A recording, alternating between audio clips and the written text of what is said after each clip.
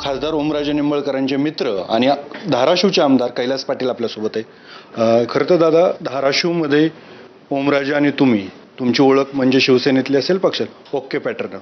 ओमराजे जात आहेत, तुमची काय भूमिका आहे? ते जात आहेत का नाही याबाबत संदिग्धता अजूनही कायम आहे. तुमच्या माध्यमातूनच मी बघतोय आता ह्या क्षणापर्यंत ही संदिग्धता कायम आहे आणि संदिग्धता म्हणजे ही अफवा असावी अशी माझी मनोमन भावना आहे. आणि पक्ष धाराशिव जिल्ह्यातला शिवसेना उद्धव बाळासाहेब ठाकरे हा पक्ष एकसंघ राहावा आणि इथून पुढे कायम उद्धवजी ठाकरे साहेबांसोबत राहावं हीच माझी इच्छा आहे.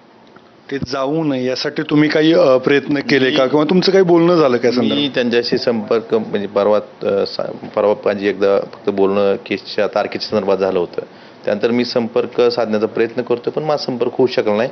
मी त्यांचा संपर्क साधण्याचा प्रयत्न करतोय. त्यांचे संपर्क साधून त्यांना मी निश्चितच भेटून बोलणार आहे.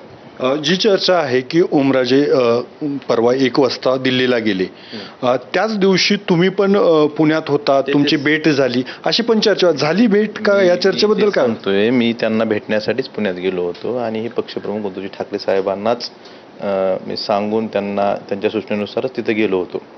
परंतु माझी भेट होऊ शकली नाही. काय भावना आहेत सगळे?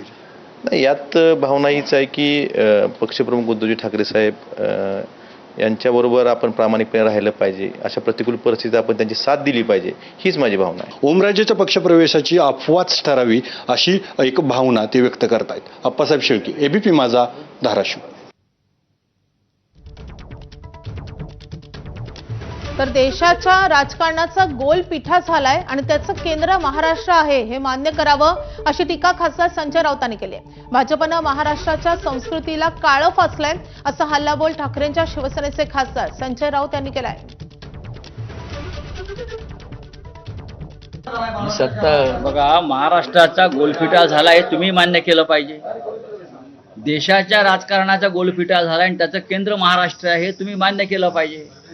आमदार खासदार एका पक्षावर निवडून येतात आणि पैशाची प्रलोभनं दाखवल्यावरती ताबडतोब जो पेजेला जाईल त्याच्या शेजेवर जातात.